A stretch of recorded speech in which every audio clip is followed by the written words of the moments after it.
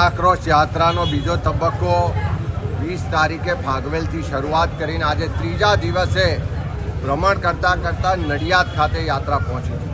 આ સરદાર સાહેબના જન્મ સ્થળે શીશ ઝુકાવ્યું છે, પ્રાર્થના કરી છે કે એમના જે વિચારો હતા, એમનો જે પથ હતો, એના પર ચાલવાની અમને સૌને શક્તિ આપે। કારણ કે આ એ સરદાર સાહેબ છે કે જેમણે ખેડૂતોનું નેતૃત્વ કર્યું। આ એ સરદાર સાહેબ છે કે જેમણે ભાગલાવાદી જે તાકાતો હતી એમના પર પ્રતિબંધ મૂકવાની વાત કરી। આ એ સરદાર સાહેબ છે કે જેમના મક્કમ મનોબળ ને લોખંડી જેમની નેતૃત્વની ક્ષમતા હતી, એનો લોહો આજે આખા વિશ્વએ માનવું પડે।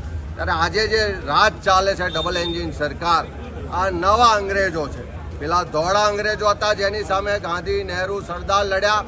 આ નવા અંગ્રેજો જે કાળા અંગ્રેજો છે એની સામે પણ રાહુલ ગાંધીના નેતૃત્વમાં અમે સૌ લોકો લડવાની તૈયારી સાથે આ યાત્રામાં મેદાનમાં ઉતર્યા છે।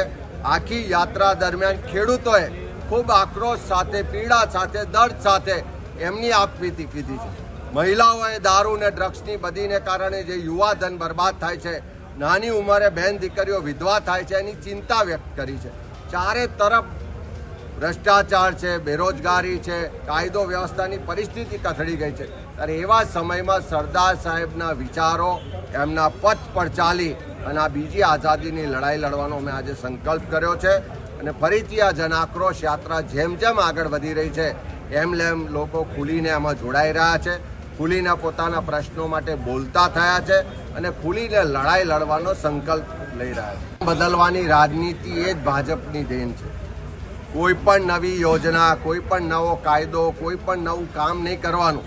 અને જે પણ ભૂતકાળમાં કોંગ્રેસના શાસનમાં થયેલા છે, મહાપુરુષોના નામે કામો થયેલા છે, એવા કામોને પોતાના નામે જોડવાનો, પોતાની સસ્તી પ્રસિદ્ધિનો પ્રયત્ન થઈ રહ્યો છે।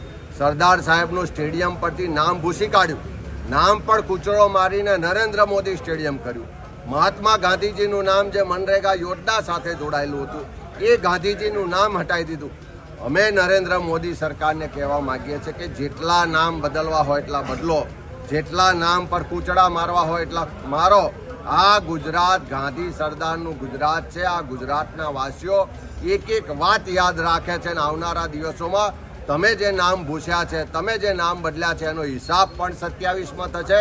અને હું વિશ્વાસ સાથે આ ગુજરાતના લોકોને કહેવા માગું છું કે 2027માં પરિવર્તન થવા જઈ રહ્યું છે। કોંગ્રેસની આવનારી સરકારની પહેલી કેબિનેટ બેઠકમાં ફરી પાછું સરદાર સાહેબનું નામ મોટેરા સ્ટેડિયમ પર લખાવવાનો સંકલ્પ આજે અમે કર્યો છે ને એને પૂરો કરી બતાવીશું। હવે જુઓ દેશ દુનિયાની તમામ ખબરો તમારી આંગળીના ટેરવે।